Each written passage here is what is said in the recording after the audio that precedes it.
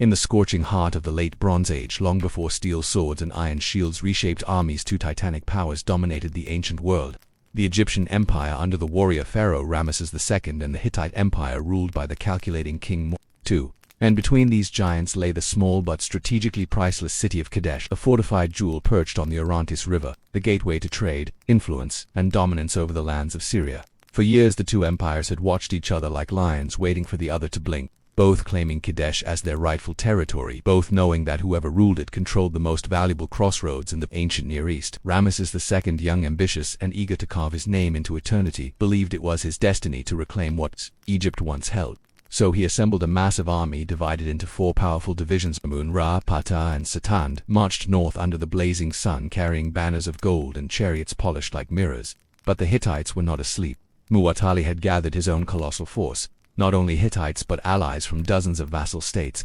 charioteers renowned for their brutal shock assaults, and spies trained to twist truth into deadly traps. As Ramesses advanced, the lands trembled under thousands of horses, wheels, and boots, and every village along the way felt the coming storm like a dark cloud rising over the horizon. Near the Kadesh plain, 2 nomads wandered into the Egyptian camp claiming they had fled from Hittite service, insisting that Muwatalli's army was far to the north. Terrified of Ramesses and unwilling to face him, and Ramesses believed their every word, rewarding them, trusting them, and advancing with confidence that the path to Kadesh was clear. But in truth those nomads were paid Hittite spies whose lies were meant to lure Egypt into a deadly trap, for Muwatalli's massive army was hidden behind Kadesh's walls, thousands of chariots silently waiting for the perfect moment to strike. Ramesses, unaware of the danger, pushed forward with only his Amin division at his side, while the other divisions lagged miles behind him. Stretched thin along the dusty road, their scouts, tired, their officers unaware of the catastrophe they were marching into. When Egyptian scouts eventually captured real enemy soldiers, panicked Hittite scouts, the awful truth spilled out.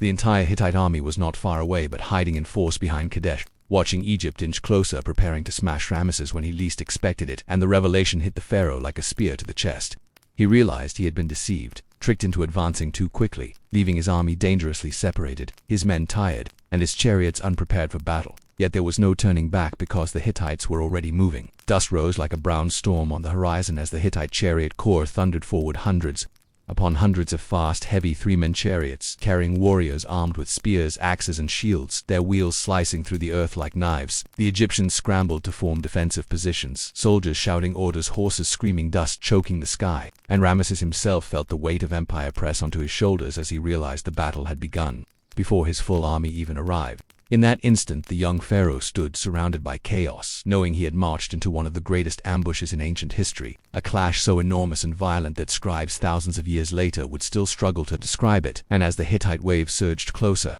the ground shaking under the force of their charge, Ramesses prepared to face the deadliest challenge of his life with only a fraction of his army and the knowledge that the fate of Egypt could be decided within the next few desperate breaths. The Hittite ambush exploded across the Egyptian camp like a hurricane of bronze and fire, their chariots roaring forward in a sweeping arc that smashed through the unprepared Amen division before the dust of their wheels even settled, and in the first moments of the assault the Egyptians were thrown into such violent confusion that even experienced soldiers could not tell where the front line began or ended, tripping over torn tents, wounded horses, shattered wheels, and broken supply crates as the Hittite warriors leapt from their heavy 3-man chariots, with axes flashing beneath the burning sun. Ramesses II, trapped in the middle of the chaos, watched as his elite archers were overrun, as charioteers were cut down before they could mount their vehicles, and as entire squads were crushed under the weight of charging enemy horses whose hooves pounded like thunder across the sand. And for a moment the pharaoh felt the terrifying realization that he had led his army into the greatest disaster of his reign. But retreat was impossible.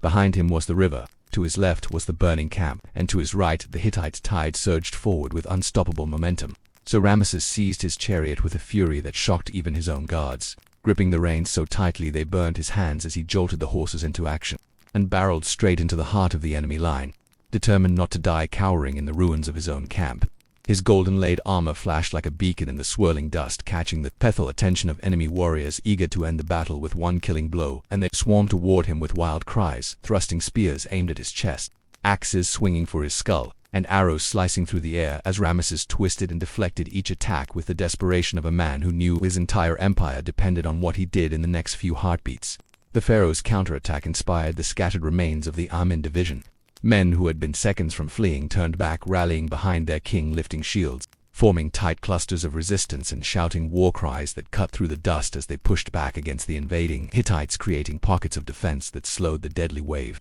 But the Hittites had planned their assault with ruthless intelligence, and more chariot squadrons poured in from the flanks, crushing the Egyptians between two converging fronts, splitting the Amen division into isolated groups with no way to communicate and pushing them closer and closer toward the riverbank where escape was nearly impossible. Ramesses cut down a Hittite commander who tried to ram his chariot, driving his spear through the man's chest and kicking his lifeless body aside before swinging his chariot around to protect a cluster of collapsing archers, shouting orders until his voice cracked, but the battlefield noise swallowed every sound, leaving men to fight by sight, instinct, and raw fear. In the distance beyond the smoke rising from the trampled camp, Ramesses could see the long road stretching south, the road where the Ra division should have been advancing, and he prayed they had heard the battle, because if they did not arrive soon, the Amen division and, possibly, the entire Egyptian army would be obliterated. Yet even as hope flickered in his heart, he knew the Hittites would not give him that chance, for the enemy began shifting forces toward the southern approach, preparing to ambush the Ra division the same way they had ambushed him, intending to crush them before they even reached the battlefield. Completing the trap with brutal efficiency, Ramesses felt rage ignite in him like a blaze. He would not allow another division to be slaughtered, not while he still drew breath, not while Egypt still had warriors willing to fight beside their pharaoh. So he whipped his horses again and broke through a gap in the Hittite line, racing across a field littered with bodies overturned, chariots, broken shields, and clouds of dust so thick they blurred the horizon into a smear of red and gold.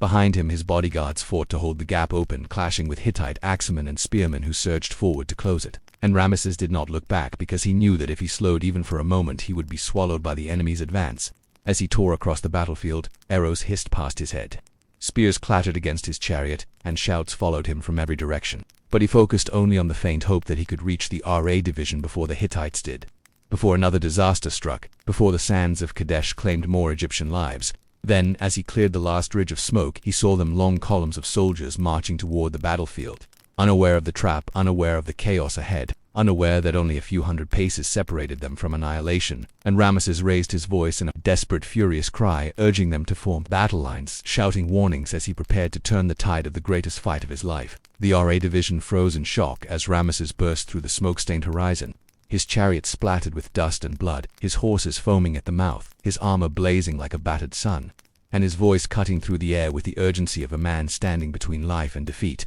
And in that instant the officers realized the truth, that the battle was not ahead but already upon them, and they scrambled to form lines as the ground trembled beneath the approaching roar of the Hittite chariot corps rushing to crush them. The pharaoh wheeled around, positioning himself at the front of the Ra division, raising his spear and commanding them to brace for impact, and the soldiers, inspired by the sight of their king refusing to yield even after surviving the destruction of the Amen division, locked shields and steadied their spears, their hearts pounding as a storm of dust rose behind the enemy's charge. The Hittite chariots hit them like a crashing wave, splintering shields and sending men tumbling across the sand, but this time the Egyptians were ready, and the Ra division held firm, absorbing the first shock and counterattacking with disciplined precision as archers released volleys that tore through the enemy ranks, breaking the momentum of the assault and forcing the Hittites to pull back in surprise. Ramesses, seeing a narrow window opening in the chaos, urged his chariot forward and led a sweeping counterstrike, driving directly at the heart of the Hittite wedge, his spear flashing as he struck down warrior after warrior, his bodyguards following close behind,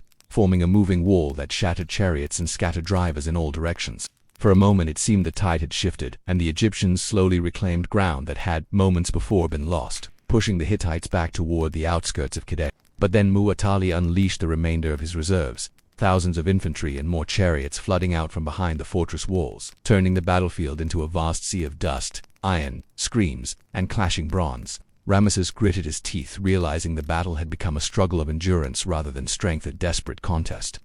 to see which empire would break first, and he shouted new orders, directing the Ra and the battered remnants of the Amen division into a combined formation that anchored itself near the river, creating a defensive crescent that narrowed the Hittite angles of attack. The fighting raged for hours, the sun sinking slowly toward the horizon as shadows stretched across the blood-soaked earth, and still neither side yielded. Hittite chariots thundered forward only to be swallowed by disciplined Egyptian spear walls, while Egyptian counterstrikes hammered the enemy flanks, forcing Mu'atali's commanders to regroup again and again. Then, in the midst of the chaos, a distant rumble rolled across the plain like thunder, and Ramesses turned just in time to see the long-awaited Pata division sprinting toward the battlefield, their banners whipping violently in the wind as they charged with the fury of men determined to save their brothers or die beside them. The arrival of fresh soldiers ignited a spark of hope throughout the Egyptian ranks. and the pharaoh seized the moment, rallying all divisions into a massive, coordinated push that surged forward with a roar so loud it silenced the field for a heartbeat, and the Hittites, shocked by the sudden change in momentum,